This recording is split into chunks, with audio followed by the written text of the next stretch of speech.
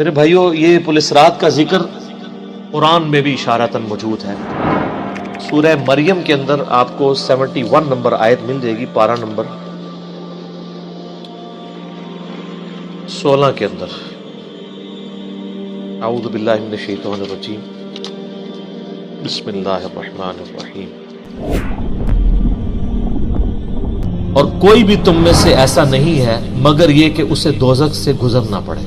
تمہارے رب کی طرف سے تقدیر میں شدنی بات ہے، یہ ڈیسٹنی تمہارے لیے مقرر ہے کہ تم سب کو آگ کے اوپر سے گزرنا پڑے گا، چاہے کوئی جن ہے، انسان ہے، وہ پیغمبر ہے، صحابی ہے، تابعی ہے، نیک ہے، بد ہے، سب کو ایک دفعہ گزرنا پڑے گا۔ پھر کیا ہوگا؟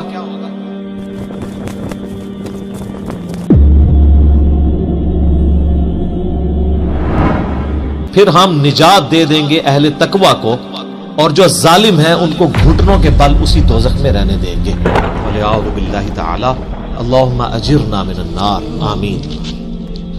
بخاری مسلم میں کئی ایک احادیث ہیں پولیس رات کے حوالے سے۔ ایک وہ حدیث جو بخاری اور مسلم دونوں میں موجود ہے۔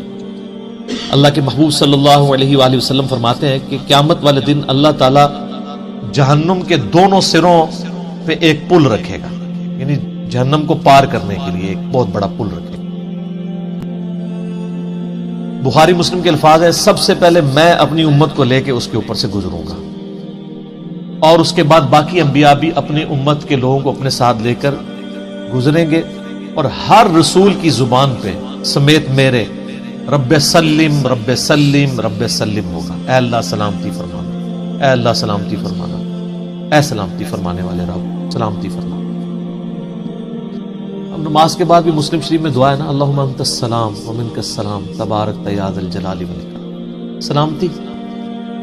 اور نبی الاسلام فرماتے ہیں یہ کلام بھی صرف انبیاء کر رہے ہوں گے، انبیاء کے علاوہ کسی کو کلام کرنے کی اجازت بھی نہیں ہوگی۔ آپ ویسے کہتے رہیں کہ ہمارے بزرگ جو ہیں وہ پھڈا ڈال کے بیٹھ لیں گے کہ میں اپنے مرید لے کے جانے لیں گے۔ بخاری مسلم کہتی ہے کہ انبیاء کے علاوہ سب کی زبانیں ہوں گی گونگ،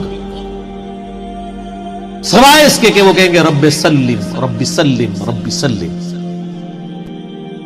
پھر نبی الاسلام فرماتے ہیں کہ بخاری مسلم کے الفاظ ہے کہ جب لوگ پولیس رات سے گزر رہے ہوں گے نا، تو پولیس رات کے دونوں جانب آنکڑے لگے ہوئے ہوں گے، جس طرح کے کانٹے ہوتے ہیں،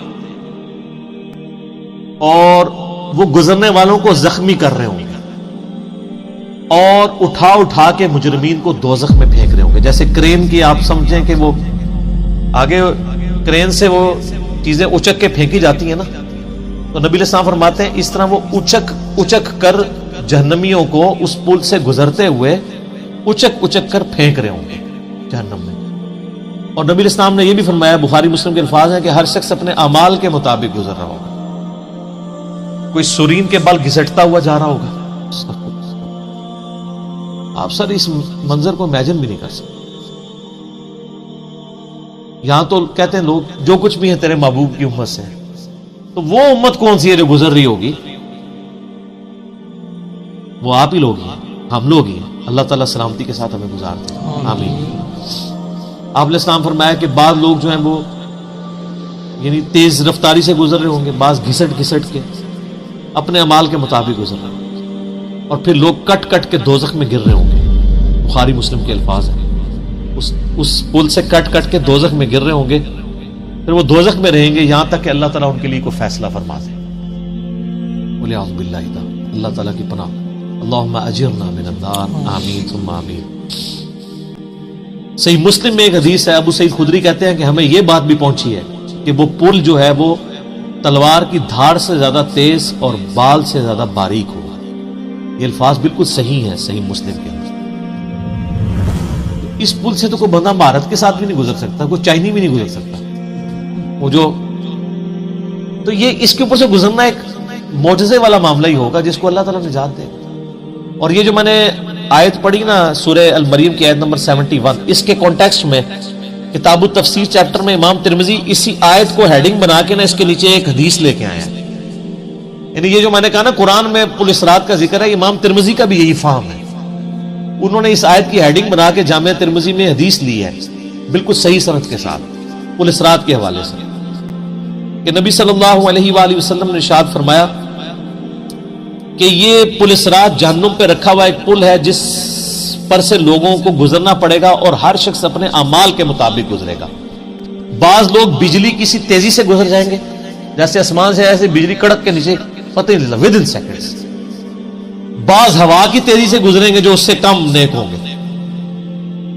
بعض گھوڑ سوار یا اونٹ سوار کسی تیزی سے گزریں گے، بعض بھاگتے ہوئے گزر جائیں گے، اور بعض جو ہیں وہ پیدل چلتے ہوئے، اور بعض سرین کے بل گھسٹتے ہوئے. سر اتنا لمبا پل، پتہ نہیں کتنی مسافت ہے. بلکہ بخاری مسلم میں الفاظ ہے، نبی نے صاحب فرمایا کہ اس پل کی لمبائی اللہ ہی بہتر جانتا ہے، مجھے نہیں پتا کتنی. اوئے ہائے ہائے. اور بعض ایسے ہوں گے جو کٹ کٹ کے پھر دوزخ میں گر رہے ہوں گے، اور ان کا معاملہ پھر بعد میں اللہ تعالیٰ طے کرے گا کہ ان کے ساتھ کیا.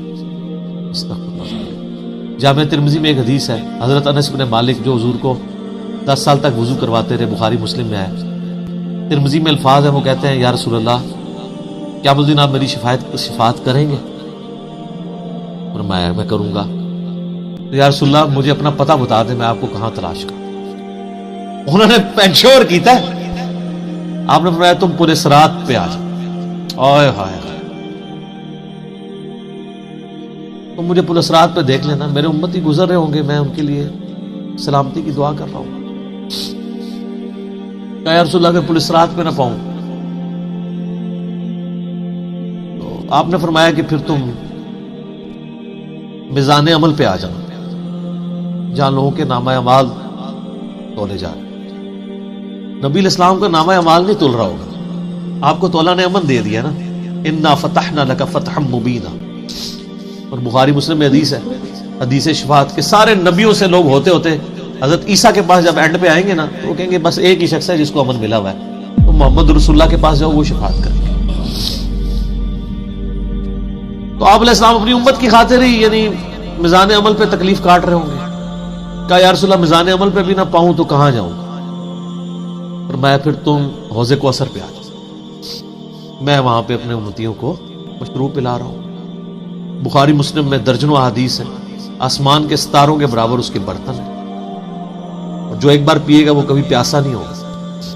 جنت میں لوگ مشروب لذت کے لیے پیئیں گے، پیاس کی وجہ سے نہیں پیئیں گے. ان کا یا رسول اللہ اگر آپ مجھے پل صراط پہ بھی نہ ملے، میزان عمل پہ بھی نہ ملے، اور آپ صلی اللہ علیہ وآلہ وسلم حوض کوثر پہ بھی مجھے نہ ملے، تو پھر میں آپ کو کہاں تلاش کروں؟ آپ فرمایا تم مجھے تلاش کرنا، میں ان 3 میں سے کسی ایک جگہ پہ ہوں. تو بخاری مسلم میں پھر یہ بھی آتا ہے کہ میرے حوض کوثر پہ کچھ لوگ لائے جائیں گے، میں کہوں گا اصحابی اصحابی، میرے ساتھی ہیں. مجھے بتایا جائے گا کہ آپ کے بعد یہ دین سے الٹے قدم پھر گئے تھے، انہوں نے دین میں بدعتیں جاری کر دی. آپ فرماتے ہیں میں کہوں گا سحقا سحقا لمن غیر بعدی، تو دور کر دو مجھ سے، میرا ان سے کوئی تعلق نہیں. بخاری مسلم میں الفاظ ہیں، عبداللہ ابن ابی ملیکہ جب یہ حدیث بیان کرتے تھے تو کہتے تھے اے اللہ ہم تیری پناہ میں آتے ہیں اس چیز سے کہ تیرے نبی کی وفات کے بعد ان کے دین سے الٹے قدم پھر گئے. یہ وہی لوگ ہیں جو حضور کی وفات کے بعد مرتد ہو گئے تھے، مسلمہ کذاب کے ساتھ مل گئے، منکرین زکوٰۃ میں شامل ہو گئے، سیدنا ابوبکر کے خلاف کھڑے ہو گئے. اور یہ صرف قانوناً صحابہ کے بارے میں صرف یہ حدیث نہیں ہے، عام امتیوں کے بارے میں الگ سے حدیثیں ہیں بخاری مسلم. یہ نہ سمجھیں کہ پچھلے لوگوں کے لیے، قیامت تک کے لیے جن لوگوں نے دین میں بدعتیں جاری کی ان کے لیے حدیثیں ہیں، اس میں امتی کے الفاظ بھی ہیں، وہ بھی بخاری مسلم میں.